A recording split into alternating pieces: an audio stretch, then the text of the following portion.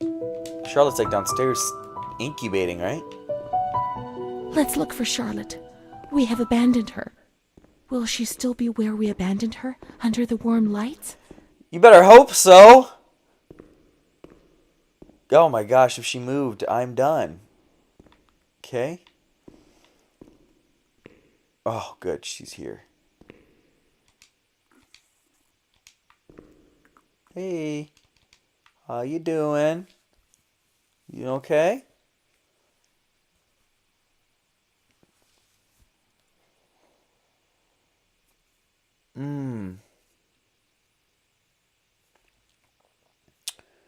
Interesting turn of events.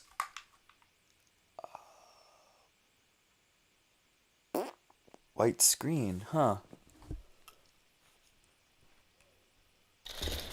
There it is. It was loading. I was like, what the heck?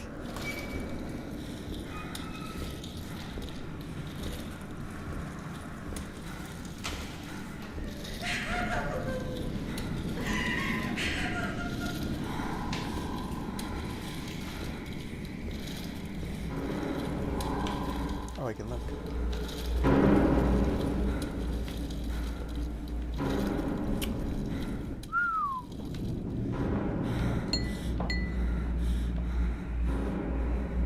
Oh, I was in a wheelchair the whole time. I didn't do anything. I just obeyed orders. I only obeyed orders. Charlotte has gone away. Mom will come and get me. She loves us. I only obeyed orders. Leave us alone. I didn't do anything. I only obeyed orders. Mom will come and get us now. I didn't do anything. Oh, we're regressing. Even though we're bad. Mom won't leave us alone. I didn't do anything. Charlotte gone away. I only obeyed orders. Mom will come and get us now. She loves us, even though we're bad. I didn't do anything. So true. I only obeyed orders. Hello. Alright, too good for me, I guess. Okay, what's up, guys?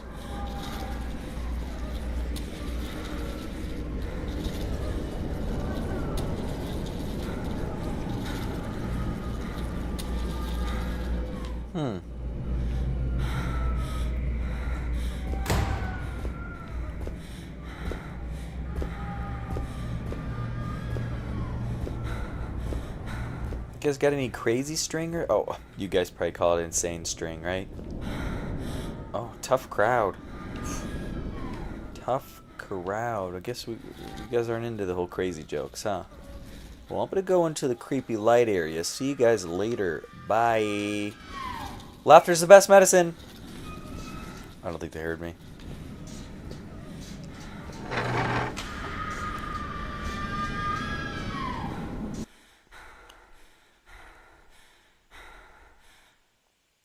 Oh, it's back to the light.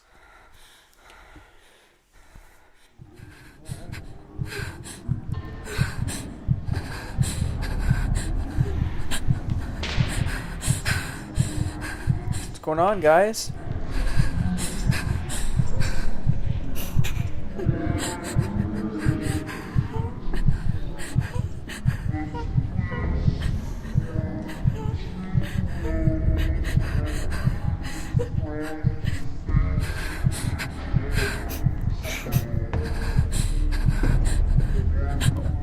That woman is so creepy.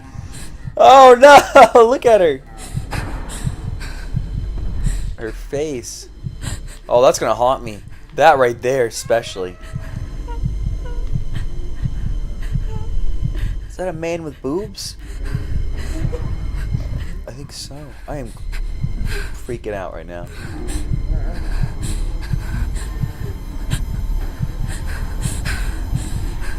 What is that? Don't put that on my head! No! I don't know how to make lightning or electrical noises. Quit staring at me.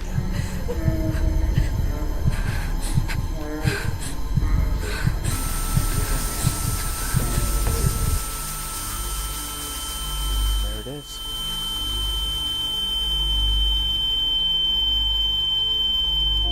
it is. Alright, we are in chapter 11 now. Oh, I knew it! I knew it. This was a shot. So there was a bed here at one point. Okay, I knew we were... Yeah, I knew that I would get shocked. Eventually. I'm not shocked, but I'm shocked. Shocked about being shocked. Or I'm not shocked about being shocked. What was that doctor writing? Oh. Sitting at his desk. Again, I didn't read. Is it? Oh, it's this probably right here. September 7th, 1938. The patient frequently indulges in recriminations expressed in an explosive tone of voice. This morning she threw away the milk, saying it was full of urine, spittle, and all kinds of other filth. Crazed, she hears voices that order her to do things. She says she heard children singing and that they were locked up in a school. January 20th, 1939. Introverted, dazed, cannot focus on anything. When questioned and stimulated, she starts crying and weeping. At other times, she laughs. Oh, gosh. June 1st. Apathetic. Eats very little. She refuses to be touched. Does not respond. Spends her time in the grounds. The cooks report that she sits on a bench in front of the kitchens. October 14th. Return of impulsive behavior. This morning she asked for 2 eggs to make zabayoni, but when she got them, she threw them up in the air. Excited, clamorous, slightly confused. Everyone cooks zabayon differently. December 8th. Tied to bed for 15 days. High-spirited, tends to make witty comments and use vulgar words. Laughs hysterically and pleasures herself. The nurses report that about 2 weeks ago she remained in the showers on her own and didn't want to leave. They said that when they took her away, she swore at them and then lashed out and bit them. 2 nurses had to be treated for their injuries. They've kept her tied to the bed since then. Transferred to the slightly agitated ward, from the care of Dr. B to the care of Dr. C. I was with Amara in the showers. My memories are terrifying. They're not real, are they?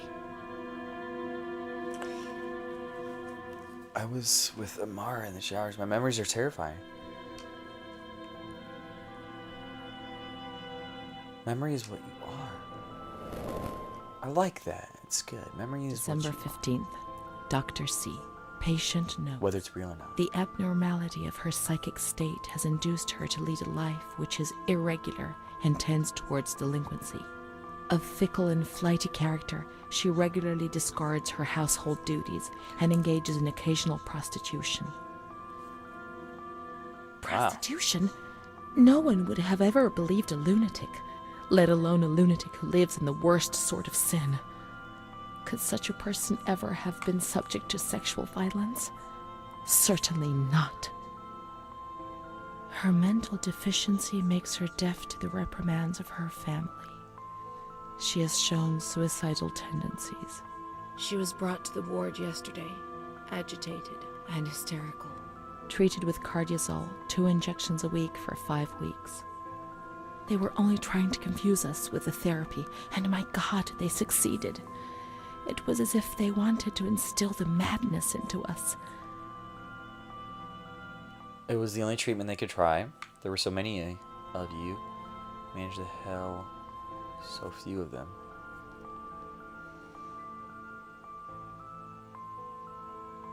I kind of want to run this route, where it's like a forgiveness route, or It was torture. Come to terms. But we had no choice. Nobody explained anything. No one tried to help us understand. We were like farm animals. Impossible to do otherwise. You were too many, and they were too few. They also... Let's do that. Oh, that was like an ostracized play the victim. 2nd. Maybe. After a long period of calm and improvement, The patient is I wonder what all these choices have to do with anything. and vehemently refuses to submit to a gynecological examination. She swears and curses those helping her, flailing her arms and hitting them. According to reports by Dr. B, the patient has been subjected to periodic checkups since she had a spontaneous abortion about 2 years ago in her 3rd month of pregnancy. Conception occurred after she had sexual intercourse with a stranger who sneaked into the hospital grounds. What the heck? Details are contained in the charges filed at police headquarters in Volterra, a copy of which is attached to these clinical notes. ES therapy. A spontaneous abortion. It's not true. I can't believe it. How could I have invented things if I didn't even know what they were doing to me? It really happened. They made you had an abortion, but it was legal, and so they reported it as a random incident.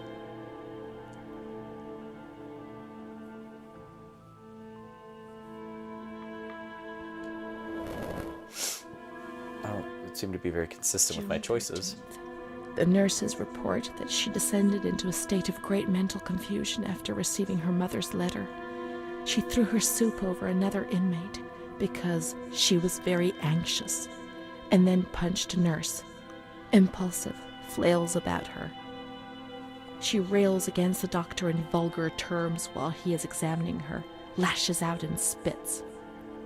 Block all correspondence to give the patient no further reason to become agitated. August 20th, tied to bed. The nurses report that the patient is extremely agitated after the visit of a relative or family friend. 2 days later, she is still shouting all the time that he commands her, that she must obey and harm herself, and that she is not Charlotte. All visits forbidden, constrained to bed, and intensification of ES therapy until we achieve results. No contact with the outside. That way nobody knew what was happening within these walls. Human misery was thrown in here and locked away to make the world forget about it. The people who were in here were no longer human beings as far as society was concerned. The important thing was to keep quiet. Keep you quiet. You don't remember what happened when your letters arrived. How can you judge? God knows how much suffering is for you. Let's try that. March 3rd. Alert, correct attitude, replies when questioned. The nurses report that the patient is calm. She washes and looks after herself. She affirms the existence of a certain Amara. She says that Amara is a patient who disappeared when she was moved to this ward. No confirmation. Oh no. Probably a regressive hallucination. Evaluate transfer. Did I imagine Amara? That's not possible. She was there. I know she was there. I feel it. She must have left some traces of her presence. Yeah, you think so? Guess we could check it out. Let's do We it. can try to find her medical records in the archive where their letters were filed. We gotta run all the way down there. Why can't you have these realizations when we're there, okay? Girl, I don't want to have to run back and forth all the time just because you start remembering fragments of your imagination. I tell you, I couldn't deal with this. If I worked here, I don't know. Let's check on this. What? Why isn't she there? What the heck? Did we take her somewhere? I don't think we did. Maybe I wasn't supposed to see that. What the heck? Oh, she's gonna be down here, I bet. She's gonna be looking through the files. That doll. She's gonna be looking through the files.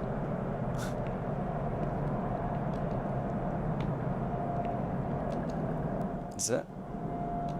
That's not. Oh, that is it. Maybe. Mara B. Yeah. Aged 32, housewife, mother of 2 daughters, married to Mario B. So Amara does exist. Yet she had no children and wasn't married, but that photo, it's her. June 3rd, 1936. Admitted yesterday. showing signs of improvement. June 8th. Cheerful, calm, and tranquil. Her behavior is good and she's keeping herself clean and tidy. Discharged on June 10th. April 28th, 1937. Arrived accompanied by her husband in an anxious and nervous state. Has difficulty speaking, trembles. Discharged May 14th.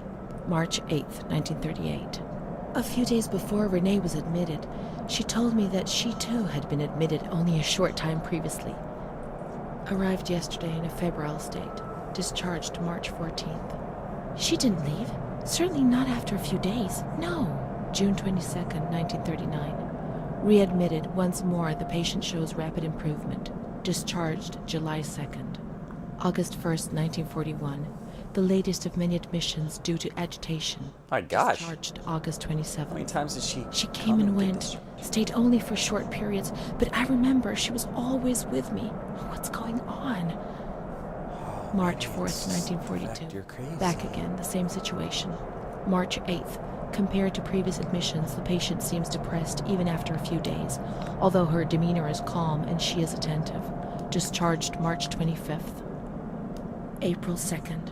The patient is distracted and apathetic. Her husband brought her here and said, "She's not eating, doctor. She spends all her time sleeping. I'm so worried, doctor.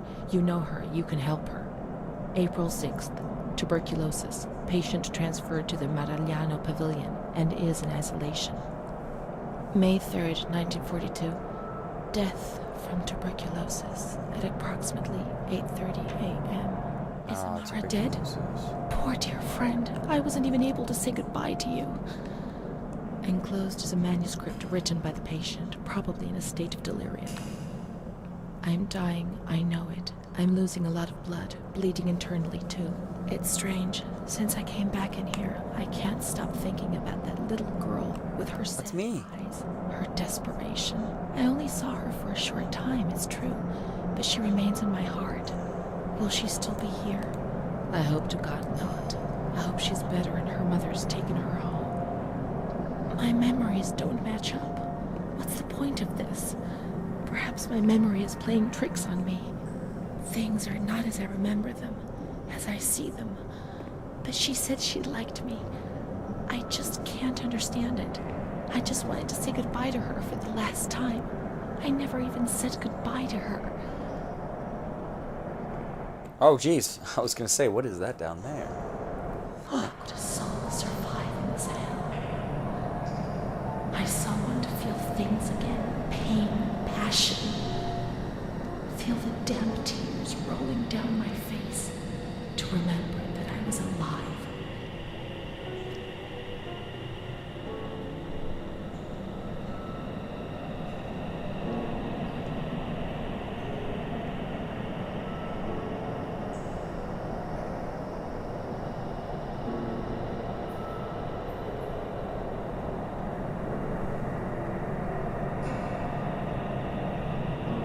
Yay, we're outside. Alright. Unlock chapter 12B.